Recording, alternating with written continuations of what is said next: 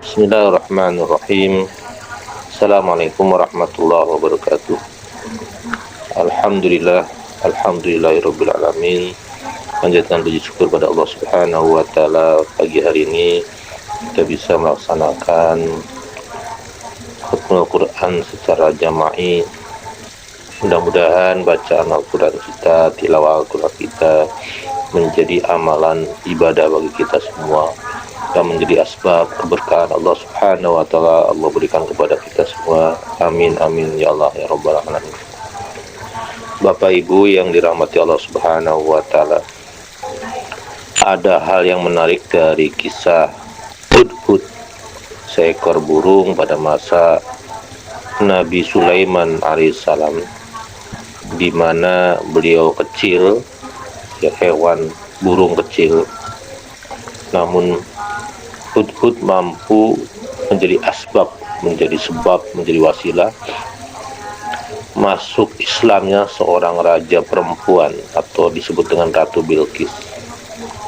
Dan itu bisa dilihat dalam surat An-Naml, ya, surat An-Naml mulai dari ayat 20, surat An-Naml sampai ayat 20, di mana saat Nabi Sulaiman alaihissalam mengadakan inspeksi atau memeriksa semua staf-stafnya, dan ternyata staf-stafnya Nabi Sulaiman alaihissalam bukan hanya terdiri dari manusia saja, tapi juga terdiri dari beberapa hewan, bahkan bangsa jin sekalipun. Sehingga beliau mendapati ada seekor burung hudhud yang tidak nampak dalam monitoring atau pengawasan beliau, sehingga beliau merasa kesal dan ingin menghukum. Namun tiba-tiba burung hudhud itu datang dan menyampaikan bahwa ada sebuah kerajaan di tempat yang berbeda, namun sayang raja tersebut yang memang dikuasai oleh seorang perempuan atau Ratu Bilqis, dia tidak menyembah Allah Subhanahu wa taala, tapi dia menyembah min dunillah, selain Allah Subhanahu wa taala, yaitu menyembah matahari. Nah, asbab karena informasi dari Hudhud tersebutlah, maka Nabi Sulaiman alaihissalam berupaya keras untuk bisa hadir, bisa bertemu, melaksanakan sebuah komunikasi untuk menyampaikan tentang Islam, menyampaikan tentang kebenaran, menyampaikan tentang zat pencipta kita semua, yaitu Allah Subhanahu wa taala. Singkat kata, maka Ratu Bilqis pun akhirnya masuk Islam, mengakui tentang Allah Subhanahu wa taala sebagai penciptanya. Pelajaran yang bisa kita ambil, Bapak Ibu sekalian, apapun diri kita, orang menganggapnya kecil dan sebagainya, bukan berarti kita tidak bisa memberikan kontribusi kepada hidayah Allah Subhanahu wa taala.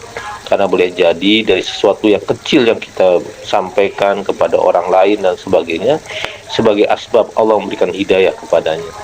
Ketika kita mendapatkan wasilah atau bagian daripada hidayah Allah Subhanahu wa taala, sehingga orang lain memberikan atau mendapatkan hidayah dari Allah Subhanahu wa taala, otomatis kita pun mendapatkan pahala, mendapatkan keberkahan dari Allah Subhanahu wa taala, seiring yang bersangkutan atau orang lain yang mendapatkan hidayah Allah melalui diri kita, maka yang bersangkutan pun mendapatkan pahala dan diri kita pun mendapatkan pahala yang serupa tanpa mengurangi pahala dari orang yang tersebut.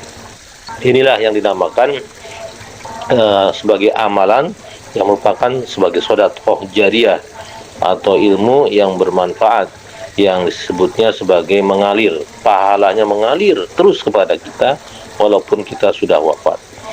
Demikian barangkali Bapak Ibu sekalian yang bisa disampaikan. Marilah kita sama-sama, walaupun kita menganggap diri kita kecil ataupun kita sesuatu yang tidak dipikirkan, namun sekecil apapun kontribusi kita kepada ajaran Allah Subhanahu wa taala ini, kepada masyarakat, keluarga dan sebagainya, itu bernilai besar di sisi Allah Subhanahu wa taala.